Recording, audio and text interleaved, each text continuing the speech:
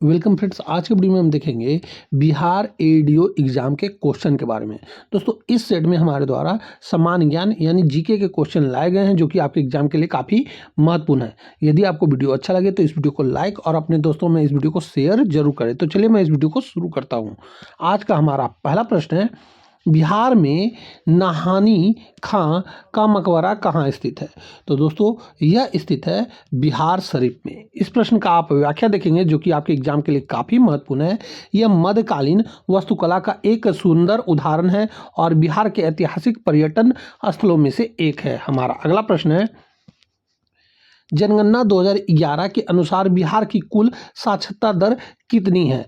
तो बिहार की कुल साक्षरता दर जो है वह है 61.8%। इस प्रश्न का आप व्याख्या देखेंगे कि 2011 की जनगणना के अनुसार बिहार की साक्षरता दर 61.8%, जिसमें पुरुष 71.2% और महिला 51.5% है। यह भारत की सभी राज्यों में सबसे कम साक्षरता दर है, ये भी आपको याद रखना है। हमारा अगला प्रश्न है, भारतीय संविधान का अनुच्छेद 51 का ए किस संविधान संशोधन द्वारा जोड़ा गया था? तो यह जोड़ा गया था दोस्तों 42वां संविधान संशोधन के द्वारा। इस प्रश्न का आप व्याख्या देखेंगे कि सरदार स्वर्ण सिंह समिति की सिफारिश पर मौलिक कर्तव्यों को संविधान में शामिल किया गया था। हमारा अगला प्रश्न है, मानव शरीर में थायराइड ग्रंथि कहाँ स्थित होती है?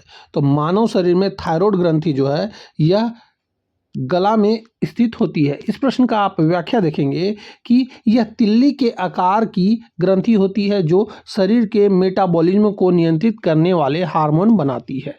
हमारा अगला प्रश्न है कि बिहार का वह जिला जो पश्चिम बंगाल और झारखंड दोनों के साथ सीमा साझा करता है, तो उस जिला का नाम है कटिहार। इस प्रश्न का आप व्याख्या देखेंगे कि कटिहार की सीमा पूर्व में पश्चिम बंगाल और दक्षिण में झारखंड यानी साहिबगंज जिले से लगती है, ये आपको याद रखना है।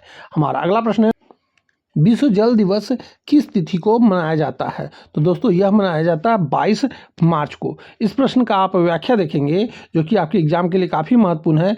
जल संरक्षण के महत्व को समझाने के लिए हर साल यह दिवस मनाया जाता है, ये आपको याद रखना है। हमारा अगला प्रश्न है, कंप्यूटर की अस्थाई मेमोरी किसे कहा जाता है? तो कंप्यूटर की अस्थाई मेमोरी जो कहा जाता है यह कहा जाता है रोम को, यानी रीड ओनली मेमोरी को कहा जाता है। इस प्रश्न का आप व्याख्या देखेंगे कि रैम एक अस्थाई वोलाटाइल मेमोरी है जबकि रोम एक डेटा अस्थाई रूप से सुरक्षित रहता है, ये आपको याद रखना है। ये काफ़ी इंपॉर्टेंट है और एग्जाम में अक्सर पूछा जाता है। हमारा अगला प्रश्न है, मजरूल हक द्वारा बिहार में कौन सा अखबार शुरू किया गया था? तो मजरूल हक के द्वारा बिहार में द मदरलैंड अखबार शुरू किया गया था। इस प्रश्न का आप व्याख्या देखेंगे कि असहयोग आंदोलन के दौरान हिंदू मुस्लिम एकता और राष्ट्रीय भावनाओं को जगाने के लिए उन्होंने सदाकत आश्रम से इसे शुरू किया गया था, ये आपको याद रखना है। हमारा अगला प्रश्न है, भारतीय राष्ट्रीय कांग्रेस के प्रथम मुस्लिम अध्यक्ष कौन थे? तो यह थे बदरुद्दीन तैयब जी। इस प्रश्न का आप व्याख्या देखेंगे कि उन्होंने 1887 में के मद्रास अधिवेशन की अध्यक्षता की थी, ये आपको याद रखना है। हमारा अगला प्रश्न है, बिजली के बल्ब का फिलामेंट किस धातु का बना होता है? तो यह बना होता है टंगस्टन का। इस प्रश्न का आप व्याख्या देखेंगे कि टंगस्टन का गलनांक बहुत अधिक 3422 सेंटीग्रेड होता है, इसीलिए यह उच्चतम तापमान पर भी नहीं पिघलता है। हमारा अगला प्रश्न है कि बिहार के किस शासक ने हजरत ए आला की उपाधि धारण की थी और बाद में सुल्तान बना? तो वह थे शेरशाह सूरी जी। इस प्रश्न का आप व्याख्या देखेंगे कि शेरशाह सूरी ने बंगाल के शासक को हराकर हजरत ए आला की उपाधि ली थी। उन्होंने ही दिल्ली में सूर्यवंश की स्थापना की और रुपया सिक्का शुरू किया था, ये आपको याद रखना है। हमारा अगला प्रश्न है, भारतीय संविधान का अनुच्छेद 324 निम्नलिखित में से किससे संबंधित है? तो यह संबंधित है निर्वाचन आयोग से। इस प्रश्न का आप व्याख्या देखेंगे कि अनुच्छेद 324 चुनाव के अधिरक्षण निर्देशक और नियंत्रण के निर्वाचन आयोग की स्थापना का प्रावधान करता है। हमारा अगला प्रश्न है, मनुष्य के शरीर में कोशिका का पावर हाउस किसे कहा जाता है? तो दोस्तों यह कहा जाता है माइटोकॉन्ड्रिया को। इस प्रश्न का आप व्याख्या देखेंगे कि माइटोकॉन्ड्रिया में कोशिका श्वसन के दौरान एटीपी के रूप में ऊर्जा उत्पादन होती है, इसीलिए इसे कोशिका का ऊर्जा घर कहा जाता है। हमारा अगला प्रश्न है कि बिहार में स्थित कंवर झील जो एशिया की सबसे बड़ी मीठे पानी की गोखुर झील है, किस जिले में स्थित है? तो यह स्थित है बेगूसराय में। इस प्रश्न का आप व्याख्या देखेंगे कि यह झील पश्चिम बिहार के रूप में भी प्रसिद्ध है और इसे रामसर साइट का दर्जा प्राप्त है। हमारा अगला प्रश्न है, प्रथम बौद्ध संगीत का आयोजन बिहार के किस स्थान पर हुआ था? तो यह हुआ था राजगीर में, यानी राजगृह में। इस प्रश्न का आप व्याख्या देखेंगे कि गौतम बुद्ध के महापरिनिर्वाण के तुरंत बाद 483 ईसा पूर्व में अजातशत्रु के शासनकाल में राजगृह में सप्तपर्णी गुफा में इसका आयोजन हुआ था, ये आपको याद रखना है। हमारा अगला प्रश्न है, हवा की गति मापने के लिए किस यंत्र का उपयोग किया जाता है? तो हवा की गति को मापने के लिए जो यंत्र का प्रयोग किया जाता है वह यंत्र है एनीमोमीटर। इस प्रश्न का आप व्याख्या देखेंगे कि बैरोमीटर का उपयोग वायुमंडलीय दबाव मापने के लिए होता है, जबकि एनीमोमीटर हवा का वेग मापता है। हमारा अगला प्रश्न है कि भारतीय संविधान की 10वीं अनुसूची किससे संबंधित है? तो दोस्तों यह संबंधित है दल बदल विरोधी कानून से। इस प्रश्न का आप व्याख्या देखेंगे कि 52वें संविधान संशोधन द्वारा जोड़ा गया था ताकि राजनीतिक अस्थिरता को रोका जा सके।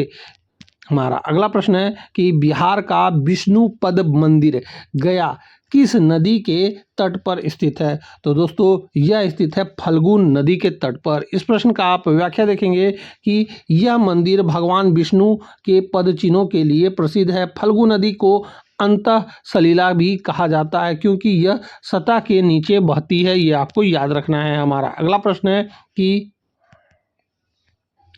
प्रकाश के पूर्ण आंतरिक परावर्तन का उदाहरण निम्नलिखित में से कौन सा है? तो दोस्तों वह है रेगिस्तान में मरीचिका का बनना, यह प्रकाश का पूर्ण आंतरिक परावर्तन का घटना है। इस प्रश्न का आप व्याख्या देखेंगे कि हीरे का चमकना और ऑप्टिकल फाइबर का काम करना भी पूर्ण आंतरिक परावर्तन के लिए ही उदाहरण है। हमारा अगला प्रश्न है कि बिहार विधानसभा में अनुसूचित जाति के लिए कितनी सीटें आरक्षित है? तो इसमें टोटल 38 सीटें आरक्षित है। इस प्रश्न का आप व्याख्या देखेंगे कि बिहार विधानसभा की कुल 243 सीटों में से 38 सीट एससी के लिए और 2 सीटें एसटी यानी अनुसूचित जनजाति के लिए आरक्षित है, ये आपको याद रखना है। हमारा अगला प्रश्न है, सत्यार्थ प्रकाश नामक प्रसिद्ध पुस्तक के लेखक कौन हैं? तो इसके लेखक हैं स्वामी दयानंद सरस्वती जी। इस प्रश्न का आप व्याख्या देखेंगे कि उन्होंने आर्य समाज की स्थापना की थी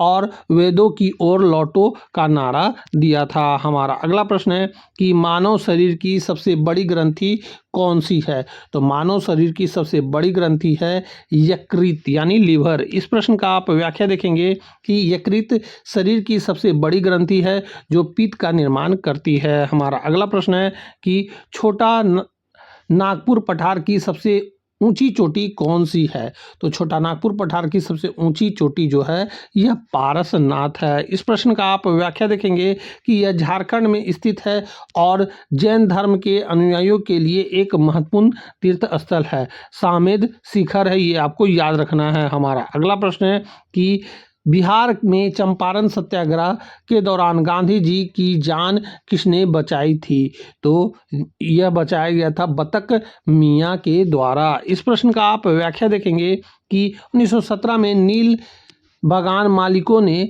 गांधी जी को जहर देने की साजिश रची थी जिसे बतख मियाँ ने नाकाम कर दिया था, ये आपको याद रखना है। हमारा अगला प्रश्न है कि शुष्क सेल में कौन सी ऊर्जा संचित होती है? तो इसमें रासायनिक ऊर्जा संचित होती है। इस प्रश्न का आप व्याख्या देखेंगे कि सेल के अंदर होने वाली रासायनिक अभिक्रिया के माध्यम से ही विद्युत धारा प्रवाहित होती है। तो दोस्तों यहीं पे हमारा 25 क्वेश्चन पूरा होता है जो कि आपके एग्जाम के लिए काफ़ी महत्वपूर्ण थे। तो अब हम मिलेंगे आपसे अगली वीडियो में, तब तक के लिए जय हिंद, वंदे मातरम।